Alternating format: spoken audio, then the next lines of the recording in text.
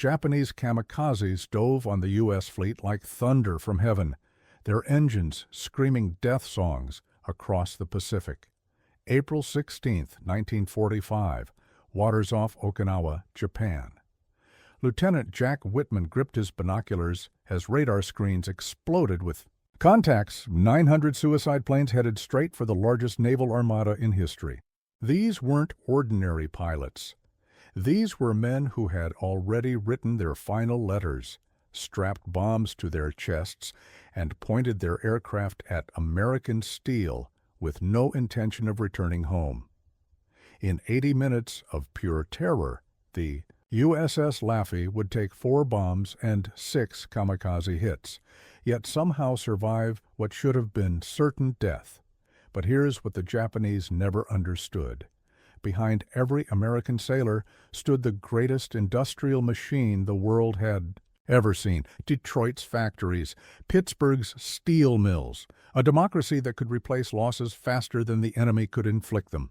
How do you defeat an enemy that builds 10 planes for every one you destroy? Before we get into the story, comment below where in the world you are watching from today. The USS Laffey rocked gently at dawn, her guns silhouetted against a pale horizon that stretched endlessly across the Pacific.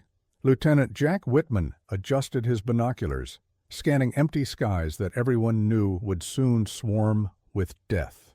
Behind him, rows of 40mm Bofors anti-aircraft guns stood like steel guardians, their barrels blackened from endless drills and maintenance. The United States fleet stretched beyond imagination, one of 300 ships assembled for Operation Iceberg, the assault on Okinawa.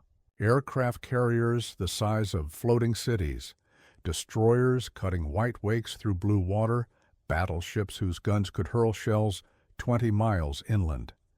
Transport vessels packed with Marines ready to storm Japanese beaches. This was the largest amphibious armada the Pacific Theater had ever witnessed. Rumors of suicide planes had crept through mess halls like whispered prayers.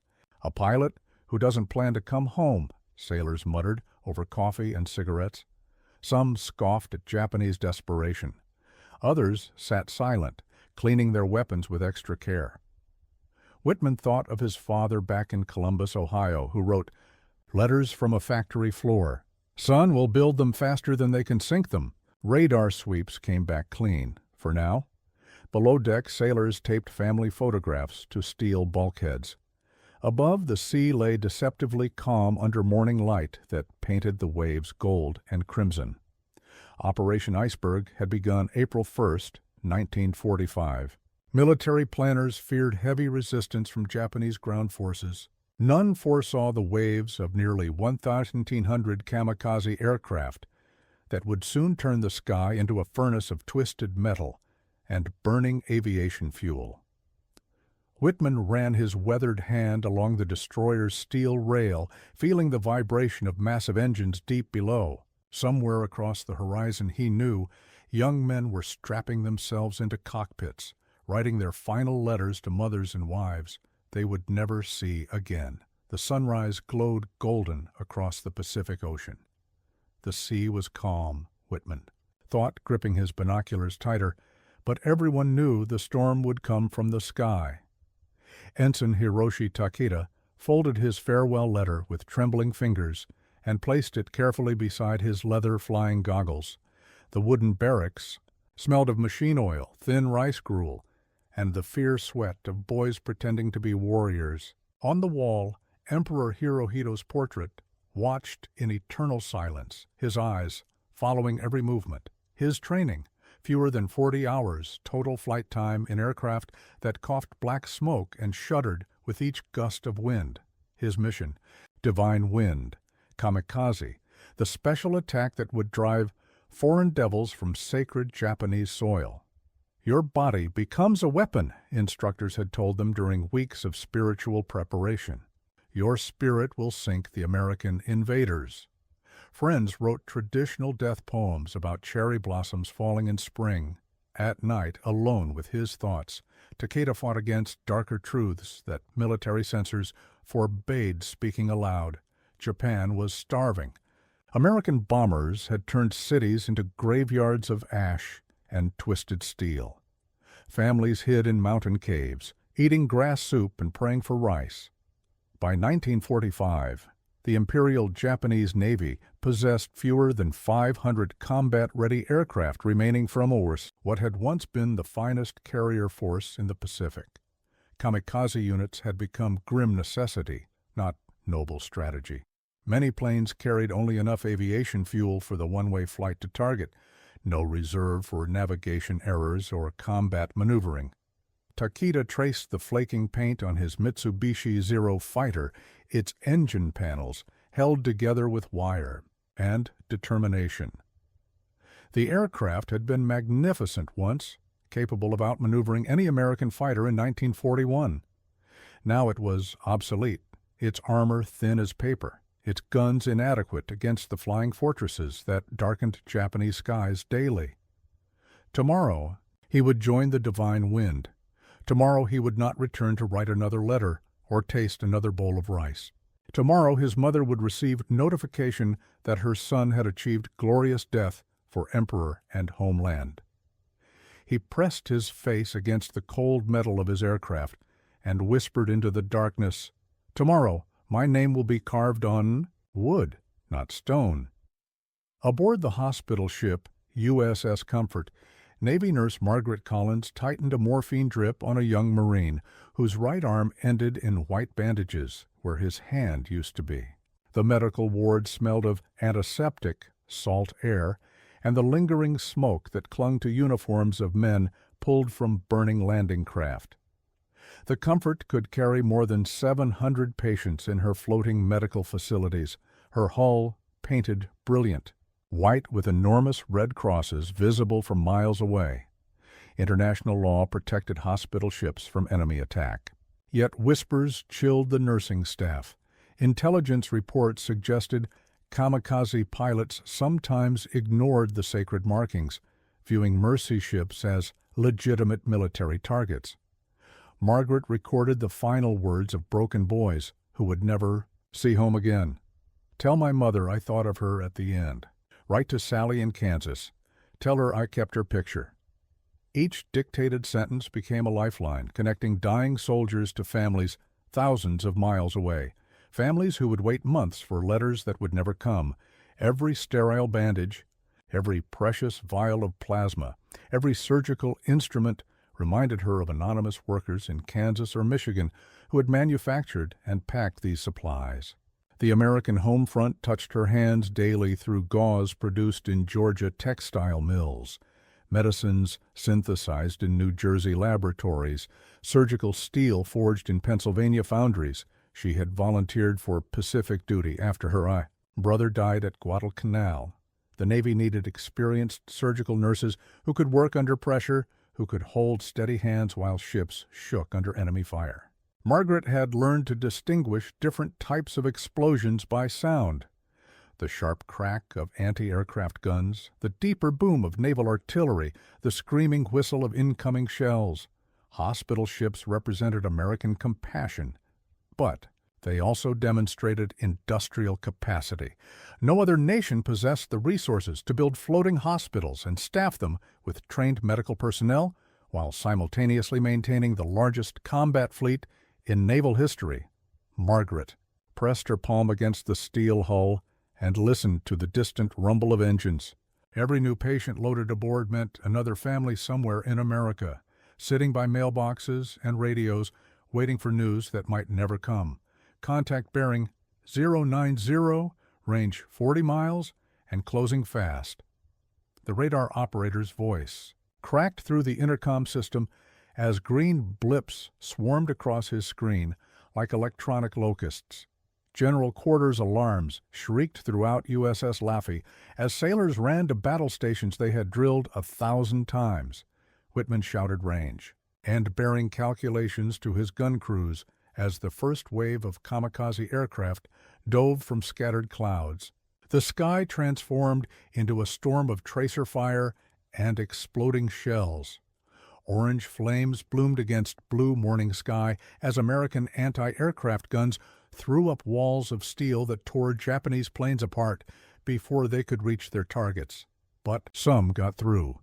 The destroyer shuddered as the first bomb struck her forward gun mount, sending shock waves through steel decks. Seconds later, a Mitsubishi Zero slammed into her superstructure, its engine block tearing through radar equipment like a meteorite.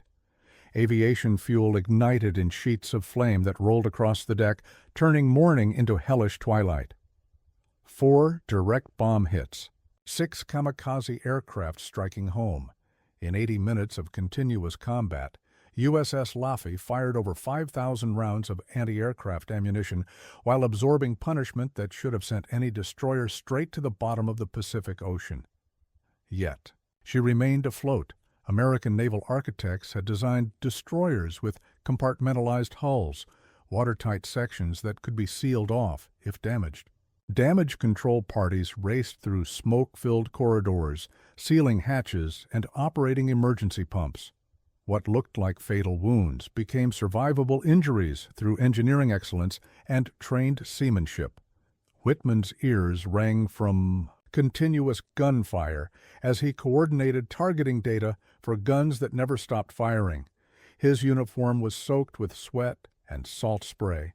Around him, sailors fed ammunition to weapons that grew too hot to touch with bare hands. When the smoke finally cleared and the last Japanese aircraft had either been shot down or crashed into American steel, USS Laffey still floated on an ocean that reflected the orange glow of burning aviation fuel, scarred, battered, bleeding from a dozen wounds, but defiant, still fighting, still afloat. Takeda's squadron lifted into brilliant Pacific sunlight, 12 aircraft carrying 12 lives toward a horizon that glittered with American steel. His engine coughed and wheezed, burning low-grade fuel mixed with pine root oil, all that remained in Japanese refineries after years of submarine attacks on tankers. The mission briefing had been simple: 1 plane for 1 ship. Trade 12 Japanese lives for 12 American vessels. Mathematics of desperation calculated by commanders who no longer spoke of victory, only of making the enemy pay such a terrible price that they would negotiate peace rather than continue the slaughter. But as Takeda's formation approached the American fleet, his eyes widened in disbelief. The ocean shimmered with an endless wall of steel that stretched from horizon to horizon. Aircraft carriers the size of cities, cruisers and destroyers arranged in protective rings around the valuable targets, battleships whose guns could demolish entire Japanese towns with single salvos. Intelligence reports had mentioned American numerical superiority. They had not prepared him for this, a floating empire that dwarfed anything Japan had ever assembled, even in the glory days of Pearl Harbor when the Imperial Navy ruled the Pacific. By 1945, Japan had launched 1,800 kamikaze aircraft against American forces at Okinawa. They would destroy only a tiny fraction of the enemy fleet. For every ship sunk, America would launch 10 more from shipyards that worked around the clock, building vessels faster than Japan could train pilots to attack them. Takeda tightened. His grip on the throttle control, feeling the vibration of an engine held together with spare parts and prayers. His life, his training, his devotion to emperor and homeland all weighed against a tidal wave of American abundance that seemed to pour from inexhaustible factories. Radio chatter filled his headphones as other pilots reported target selections. Some chose aircraft carriers, others focused on destroyers. Takeda selected a cruiser whose anti-aircraft guns were already tracking his approach, filling the sky ahead with black puffs of exploding shells. He pushed the control stick forward and began his final dive, knowing that below him waited not just one ship, but an entire industrial civilization that could absorb his sacrifice without slowing down. The sea ahead glittered with steel, an empire he could never defeat. Deep below USS Intrepid's flight deck, Chief Engineer Walter Red Malone felt the carrier shudder as kamikaze aircraft struck her armored hull. Steam hissed from ruptured pipes. Emergency pumps roared to life. Damage control parties rushed through narrow corridors, sealing watertight compartments to prevent seawater from swallowing the ship. This was no miracle of divine intervention. This was American engineering applied to naval warfare. Shipbuilders in Norfolk and Newport News had designed these carriers to absorb tremendous punishment and continue fighting. Double hulls, compartmentalized sections, redundant systems that could keep engines running even when primary equipment failed. Malone barked orders to his engineering crew as they worked to contain flooding in the forward sections. Water rushed through gaps torn by Japanese bombs, but emergency pumps could handle the flow. Backup generators kicked in when primary electrical systems went down. Auxiliary steam lines maintained pressure when main boilers took damage. Every system had a backup. Every backup had a backup to the backup. American shipyards had launched Liberty ships in as little as 42 days during the war's peak production. Years. Henry Kaiser's West Coast facilities could build an entire cargo vessel between sunrise and sunset on their fastest days. Total American naval tonnage exceeded the combined fleets of all Axis powers. Germany, Italy, and Japan together could not match what flowed from American shipyards. Malone thought of Detroit's auto factories retooled for military production, of workers who had never seen the ocean building ships in their thousands. The USS Intrepid represented months of labor by men and women who understood that their work would keep sailors alive in combat thousands of miles from home. He traced the carrier's steel bulkheads with his palm, feeling the vibration of massive engines that never stopped turning. These ships were more than weapons. They were mobile pieces of American industrial civilization, carrying the productive capacity of an entire continent into battle against enemies who could never replace. What they lost, steel, sweat, and fire, kept the ship alive. But behind the steel stood assembly lines. Behind the sweat stood training programs. Behind the fire stood a democracy that could build for survival. Margaret Collins guided stretchers into the medical ward as USS Comfort received casualties from destroyers hit during the morning's kamikaze attacks. Burned sailors arrived with faces blackened by aviation fuel fires. Shrapnel wounds leaked blood through emergency bandages. Missing limbs ended in tourniquets applied by shipmates under enemy fire. "Write this down for me, nurse," whispered a gunner's mate whose hands were too burned to hold a pencil. "Tell my wife in Tennessee that I didn't cry. Tell her I was thinking about Sunday dinner when it happened." Some still smoked from fires that had consumed their clothing. Others shook, uncontrollably from shock, their eyes staring at memories too terrible to speak aloud. Margaret had learned to recognize the different types of trauma, those who would recover and fight again, and those who would never be the same. By Okinawa's end, the statistics would tell their own story. 36 United States Navy ships sunk, 360 damaged by kamikaze attacks, 4,900 American sailors killed in action. But Margaret saw beyond numbers to individual names, each life seared into her notebook, alongside final messages for families who would receive telegrams instead of homecomings. The kamikaze campaign had achieved its psychological objective: American. Sailors now scanned empty skies with nervous anticipation, knowing that death could dive from any cloud. But terror alone could not sink the United States Navy when replacement ships arrived faster than Japan could destroy them. She worked through the night, cleaning wounds and recording last words. Each patient represented not just American sacrifice, but American industrial capacity that could afford to build hospital ships while simultaneously maintaining the largest combat fleet in naval history. Germany possessed no hospital ships. Japan's medical facilities consisted of shore-based aid stations that moved constantly to avoid bombing. Only America could wage war with such abundance that mercy became a luxury it could afford to provide.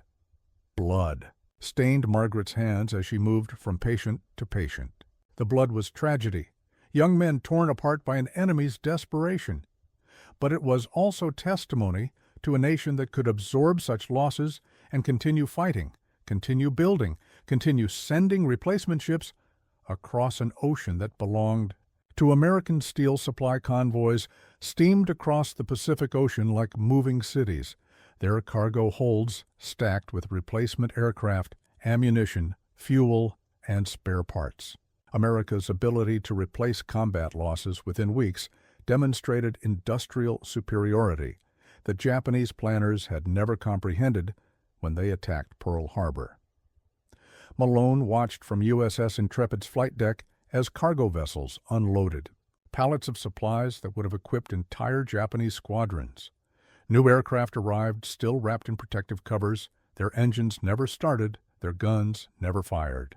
Fresh pilots climbed out of transport planes, eager to replace combat veterans who had completed their missions and earned rotation home. Factories in California, Michigan, and Pennsylvania ran continuous shifts, their production lines never stopping. Women who had learned to rivet airplane fuselages worked alongside men too old for combat duty.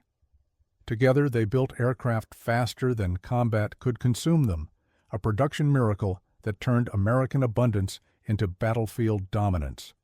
1944 alone, American aircraft factories had produced 96,000 military planes, more than Japan built during the entire war. Ford's Willow Run plant in Michigan could assemble a complete B-24 Liberator bomber every hour when operating at peak efficiency. Boeing's Seattle facilities launched B-17 Flying Fortresses like clockwork, each one representing thousands of tons of aluminum, steel, and precision machinery. The kamikaze attacks at Okinawa had destroyed dozens of American aircraft.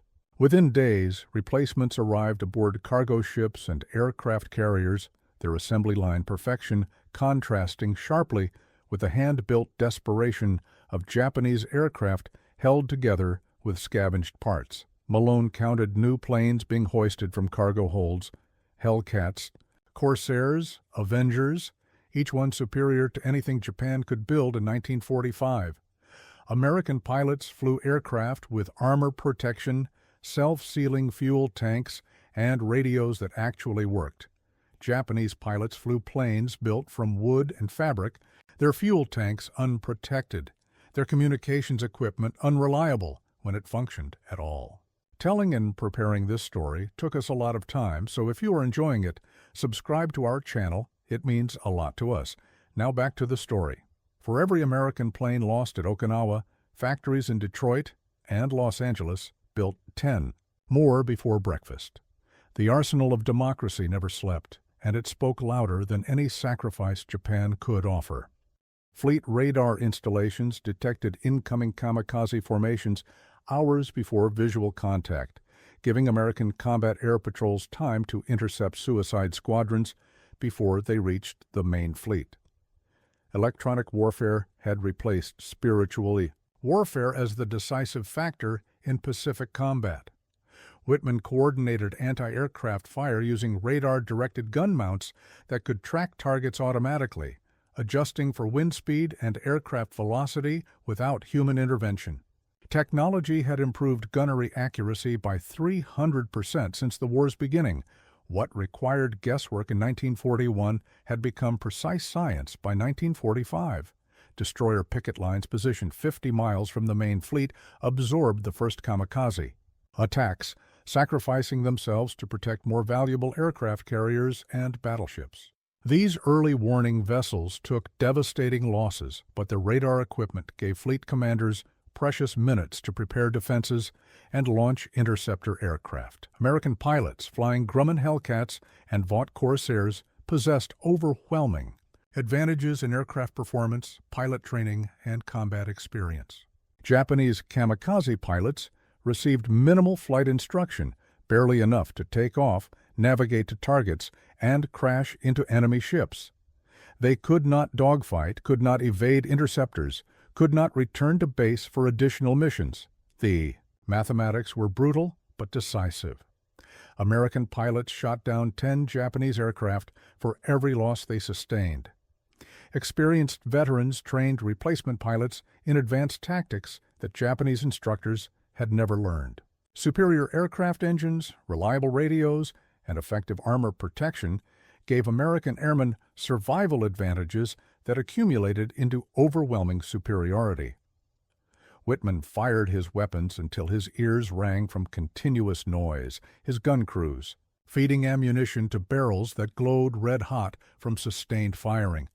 But the guns were only part of a defensive system that included radar early warning, fighter interception, and coordinated fleet maneuvering that kept kamikaze aircraft from achieving concentrated attacks. Science had defeated devotion through superior technology applied with systematic precision.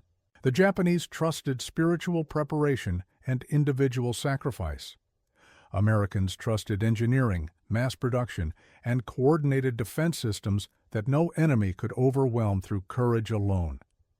The Japanese saw devotion as their ultimate weapon. The Americans trusted circuits, steel, and mathematics. In Washington, Pentagon analysts unrolled charts and tables that revealed the mathematical impossibility of Japanese victory. Statistical summaries reduced kamikaze terror to cold numbers that told their own story of industrial warfare in the 20th century. By war's end, American factories had built over 300,000 military aircraft, while Japan managed to construct only 76,000, many of them obsolete designs built from inferior materials with untrained labor.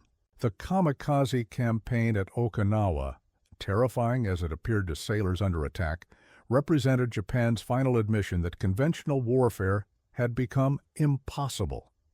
Each kamikaze attack traded irreplaceable Japanese pilots and aircraft for damage that American shipyards could repair within weeks. Japan possessed no reserves, no replacement training programs, no industrial capacity to build modern aircraft.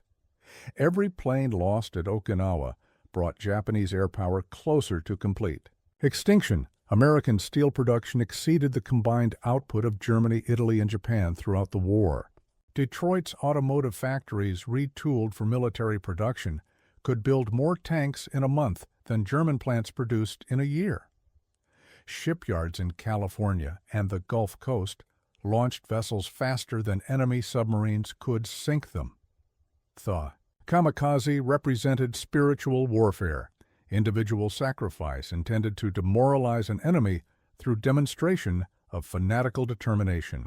But spiritual warfare could not overcome material reality when one side possessed unlimited industrial resources, and the other faced starvation and economic collapse.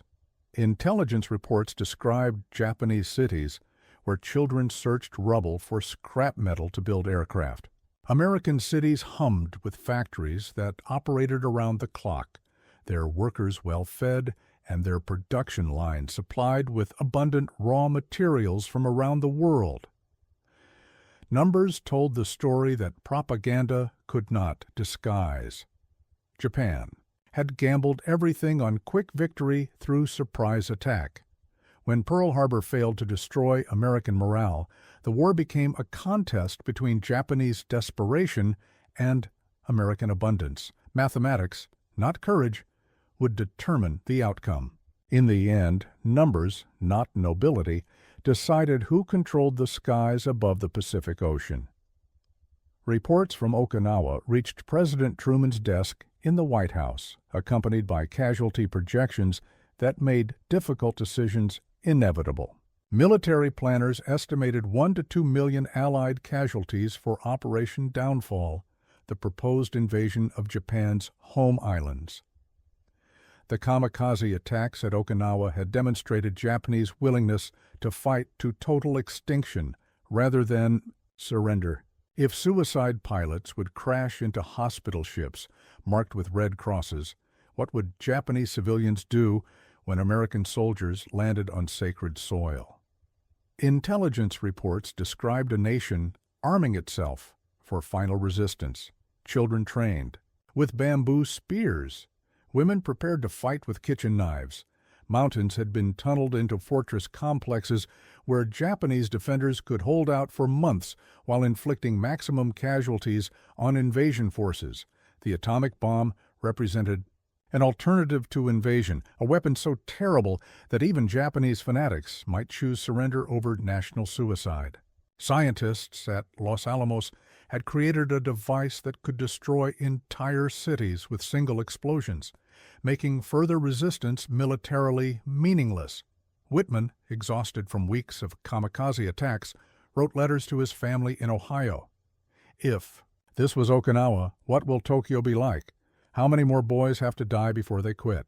The question haunted military commanders who had watched destroyers burn and carriers take damage from pilots who viewed death as victory. Every day of continued resistance meant more American casualties, more families receiving telegrams that began with, "The War Department regrets to inform you." Strategic bombing had reduced Japanese cities to ash, but the kamikaze attacks proved that conventional destruction could not break Japanese morale. Only weapons beyond imagination might convince Emperor Hirohito that further resistance would achieve nothing except the complete annihilation of Japanese civilization. The skies over Okinawa had made one thing clear: Japan would not surrender. Through negotiations, economic pressure, or conventional military defeat, surrender would require shock so profound that even the most fanatical defenders could not ignore reality. The atomic bomb was America's answer to kamikaze warfare, technology so advanced that spiritual preparation became irrelevant. Decades later, survivors of USS Laffey gathered beside her hull, now a museum ship moored in Charleston Harbor. The destroyer's steel bore silent witness to kamikaze attacks that had failed to sink her superstructure scarred but intact, her gun still pointing toward skies that no longer held enemies. Jack Whitman, now in his 70s, ran his weathered hand along railings he had gripped during those 80 minutes of terror and survival. Young visitors listened as he described the morning when death dove from clouds, when American steel had proven stronger than Japanese desperation. Margaret Collins, retired from nursing, shared diary pages with school children who could barely imagine hospital ships and wounded sailors. Her notebook contained final messages from boys who would never grow old, words preserved for families who had waited decades to understand their last moments. Even Japanese veterans attended the reunion. Surviving kamikaze pilots spoke of indoctrination and regret of young men sacrificed to a strategy that could never succeed against American industrial power. They had been taught that death was victory, but history proved that production was triumph. Walter Malone traced the carrier's rivets, thinking of Detroit factories that had built her hull and engines. The Intrepid had survived kamikaze attacks to become a museum in New York Harbor, her flight deck hosting school groups who learned about democracy's victory over totalitarian militarism. Statistical displays revealed the crushing numbers: American aircraft production, ship construction, steel output, and industrial capacity that had made Japanese victory impossible from the moment Pearl Harbor was attacked. The greatest generation had won through courage, but they had been equipped for victory by the greatest industrial civilization in human history. Children asked questions about fear and heroism. Veterans answered with stories of ordinary people who had done extraordinary things when equipped with superior weapons, better training, and unlimited support from factories that never stopped producing. From steel and sacrifice had risen an enduring truth: America's abundance had outlasted death itself, proving that free peoples, properly equipped and determined, could overcome any tyranny that challenged democratic values. The Pacific Ocean was never truly quiet after the spring of 1945.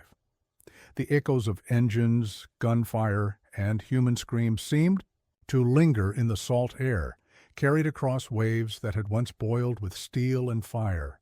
But history, like the sea, eventually calms. The storms subside. The surface returns to glass. And yet beneath that calm lies memory, layered, shifting, never still. The kamikazes who dove at Okinawa did not vanish with their explosions, nor did the sailors, nurses, and engineers who stood against them return unchanged. The war ended, but the shadows it cast stretched far beyond the white flag raised on the deck of the battleship Missouri in Tokyo Bay. What follows is not merely the story of men and women who survived. It is the story of how they carried those memories into peace, how the industrial might that had once forged weapons turned toward rebuilding, and how the world they left behind was forever shaped by 80 minutes of terror, months of battle, and years of total war. The USS Laffey remained afloat through war and peace, scarred yet proud, until she was finally retired to Charleston Harbor. Visitors walking her decks decades later marveled at the bullet holes, the patched scars of kamikaze strikes, and the silent guns that once spat fire into the sky. Children ran their fingers across rusted steel, imagining battles they had only seen in films. Veterans, older now, touched the same rails they had gripped as boys and felt the shudder of memory return through iron that still vibrated with ghosts. Jack Whitman stood among them, his white hair ruffled by harbor winds. For him, the Laffey was not merely a museum. She was a coffin for friends who had not lived to see home. Each rivet seemed alive with names: Johnson, Ramirez, O'Connor, men who had laughed with him on the mess deck and vanished in fire above Okinawa. Survivors rarely called themselves heroes. To Whitman, heroism was not standing at a gun mount. It was the machinist who stayed below deck, knee-deep in rising seawater, turning valves to keep the ship afloat. It was the medic who bandaged wounds under fire. It was the cook who kept hot coffee flowing when adrenaline faltered.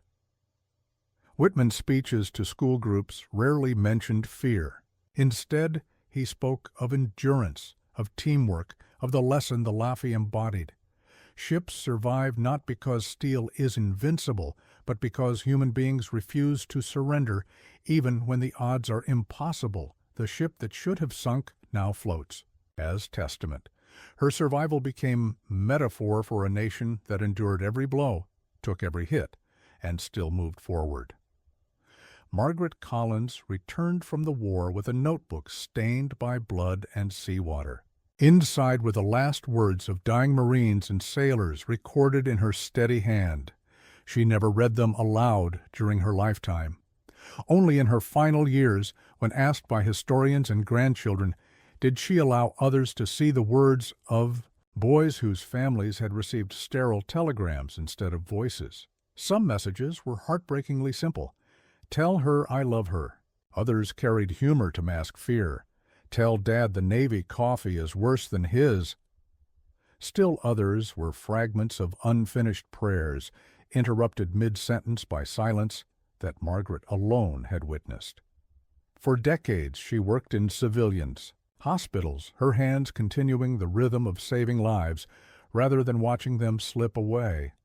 But every time she tied a bandage, she remembered the floating hospital ship where mercy itself felt like rebellion against death. When she died, her notebook was donated to the National World War II Museum.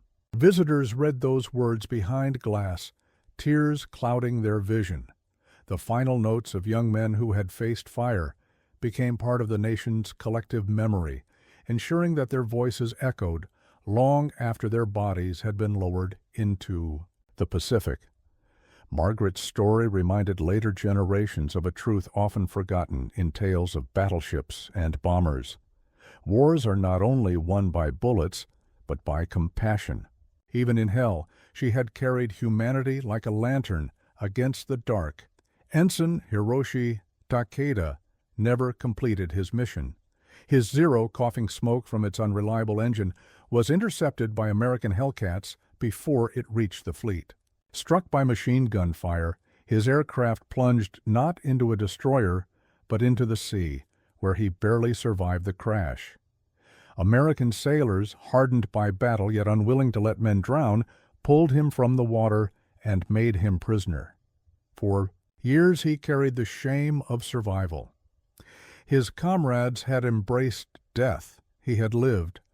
In post-war Japan, he worked quietly in factories that rebuilt a nation shattered by fire bombing and atomic blasts. His hands, once trained to guide an aircraft into self-destruction, now assembled radios and automobiles. Takeda visited Okinawa in the 1970s, walking the cliffs where civilians had leapt to their deaths during the invasion. He placed incense at memorials and whispered apologies to spirits that never rested. Later, he traveled to Charleston, where the USS Laffey stood as museum. There he met Whitman face to face, two men who had once been enemies, now grandfathers with wrinkled hands. The meeting was not dramatic. They shook hands. They looked at each other with a weary recognition of men who had seen too much.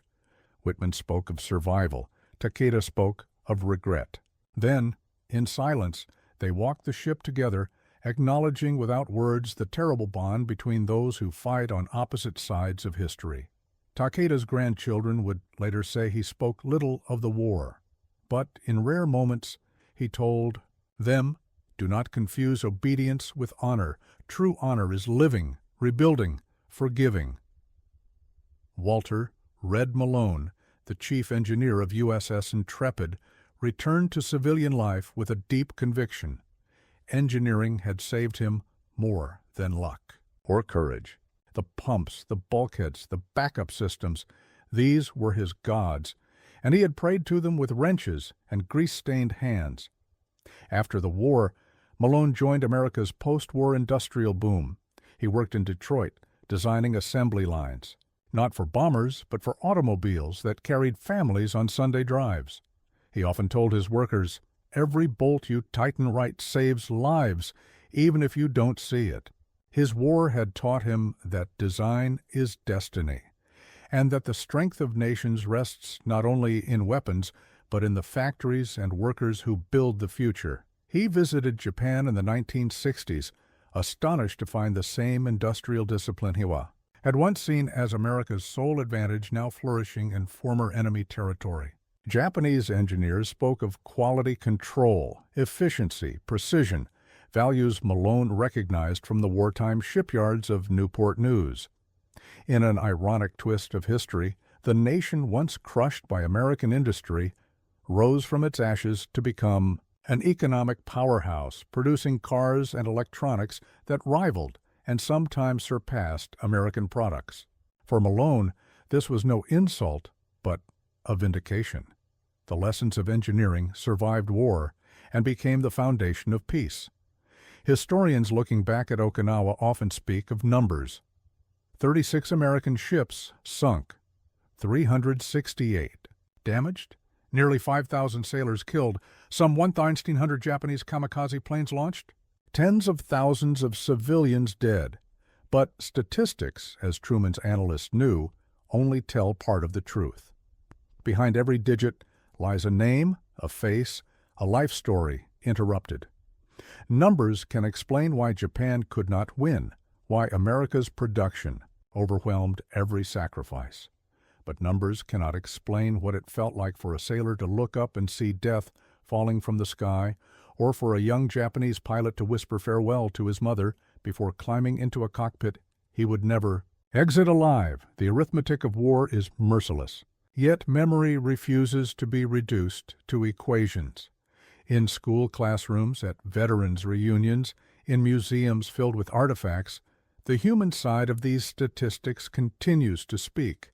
Children hear about Liberty ships built in 42 days, about factories that produced one bomber every hour, about kamikaze pilots who trained for only 40 hours before being sent to die. And somewhere in those lessons, they learn the deeper truth. Wars are not abstract contests of numbers. They are collisions of human will, industrial capacity, and moral choices. The kamikaze campaign at Okinawa forced America's leaders to confront an unbearable question. If men willingly turned themselves into human bombs, how many would resist when the homeland itself was invaded? The answer, drawn from intelligence reports and Okinawa's bloodshed, was simple. Too many. The atomic bomb, born from laboratories far from the battlefield, became the ultimate counter to kamikaze spirit. Technology, not sacrifice, ended the war. Hiroshima and Nagasaki fell not to pilots diving into ships, but to bombs that fell from skies beyond interception. The world entered a new age where courage alone could not guarantee survival, where entire cities could vanish in seconds. For Whitman, Collins, Malone, and Takeda, the atomic horizon cast a shadow over every memory. Their war had been fought with steel, fire, and sacrifice.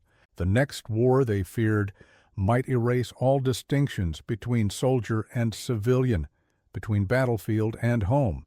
Yet perhaps that shadow also prevented new wars. The memory of Okinawa, coupled with the horror of atomic fire, convinced nations that industrial power and human sacrifice alike could no longer justify global conflict. Decades later, the veterans dwindled. Reunions grew smaller. Wheelchairs replaced marching steps. Voices cracked with age. But the stories endured, carried in museums, in diaries, in letters preserved by families, in school lessons taught to children who would never know ration, books, or air raid drills. The USS Laffey still floats, silent yet speaking. The USS Intrepid rests in New York Harbor, her flight deck transformed into a museum where school children run past jets from wars they barely understand. Okinawa itself has become both battlefield and peace memorial, where Japanese, Americans, and Okinawans together mourn losses that once divided them. The kamikazes are remembered not only for their terror, but also for their futility, a strategy born of desperation, incapable of defeating an enemy whose factories never slept.